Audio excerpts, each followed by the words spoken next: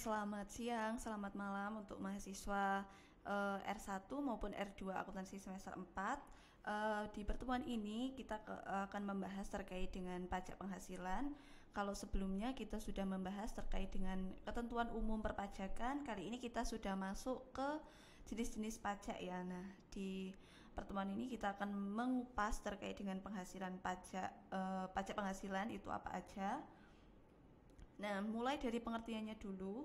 Untuk pajak penghasilan sendiri, itu merupakan pajak yang dikenakan terhadap subjek pajak atas penghasilan yang mereka terima selama 1 tahun pajak. Nah, di sini subjek pajak itu adalah siapapun itu, orang maupun badan yang menerima penghasilan dan ketika dia menerima penghasilan maka dia akan menjadi wajib pajak. Ini berlaku untuk orang perseorangan, orang pribadi maupun badan ya atau sebuah usaha gitu. Nah, di sini ada macam-macam dari subjek pajak penghasilan itu sendiri. Yang pertama yaitu orang pribadi, bisa karyawan, bisa pegawai tidak tetap, buruh, akuntan maupun pengacara. Itu masuk kategori sebagai orang pribadi.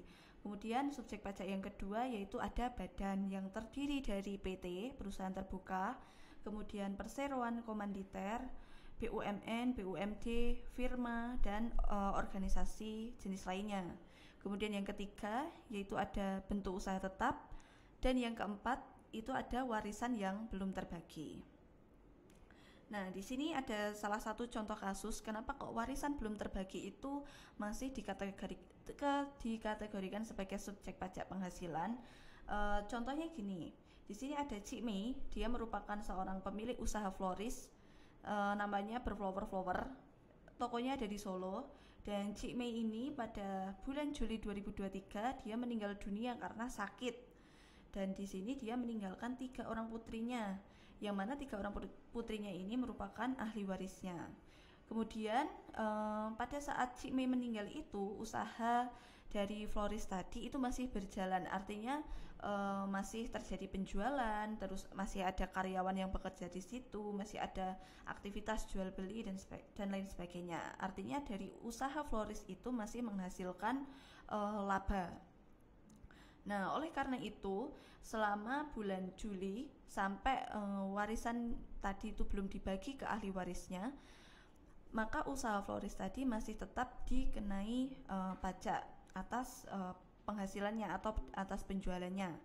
Nah, kemudian pada bulan Januari 2024, warisan tadi itu baru akan dibagikan kepada para ahli warisnya. Artinya pada bulan Januari 2024 usaha floris tadi sudah tidak dikenai pajak, artinya bebas sebagai subjek pajak penghasilan.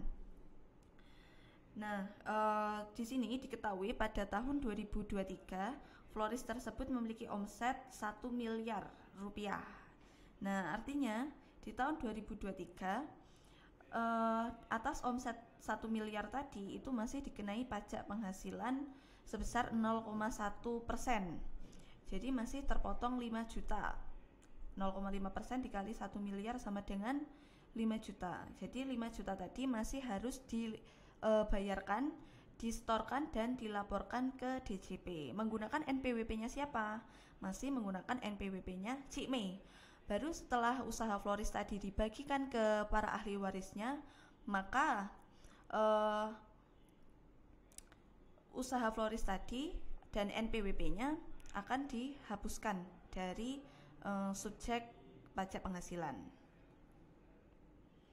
Nah, selanjutnya yaitu objek pajak penghasilan. Yang pertama ada penghasilan yang didapat dari pekerjaan dalam hubungan kerja dan pekerjaan bebas. Bisa didapat dari gaji, honor, maupun penghasilan yang didapat dari praktik dokter, akuntan, notaris, pengacara, dan lain sebagainya. Kemudian objek pajak yang kedua itu ada penghasilan dari usaha dan kegiatan. Bentuknya adalah laba. Jadi ketika teman-teman punya usaha, di mana usaha tadi itu menghasilkan laba, maka atas laba itu akan dikenai pajak penghasilan. Kemudian yang ketiga itu ada penghasilan dari modal. Jadi ketika teman-teman misalnya menabung di bank, itu kan ada pendapatan bunga. Nah, atas bunga tadi akan dikenai pajak penghasilan. Kemudian jika teman-teman memiliki saham di suatu perusahaan, kemudian dapat dividen atau bagi hasil, maka pembagian dividen atau bagi hasil tadi akan dikenai pajak penghasilan. Dia masuk dalam kategori objek pajak penghasilan. Kemudian selanjutnya ada royalti, misal punya hasil karya, bisa musik, seni, dan lain sebagainya, maka itu akan ada royalti, yang mana dari pembayaran royalti tadi akan dikenai pajak penghasilan. Kemudian ada sewa, misal menyewakan sebuah tanah ataupun bangunan, nah itu akan dijadikan sebagai objek dari pajak penghasilan.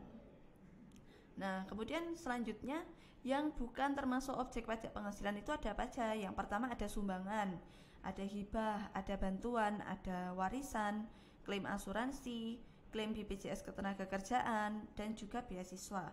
Jadi ketika teman-teman itu dapat warisan dari kakek, nenek, atau orang tua yang sudah meninggal, maka atas warisan itu tadi bukan merupakan objek pajak penghasilan, dan pengalihannya misal dari orang tua dialihkan ke Anda itu tidak dikenai pajak.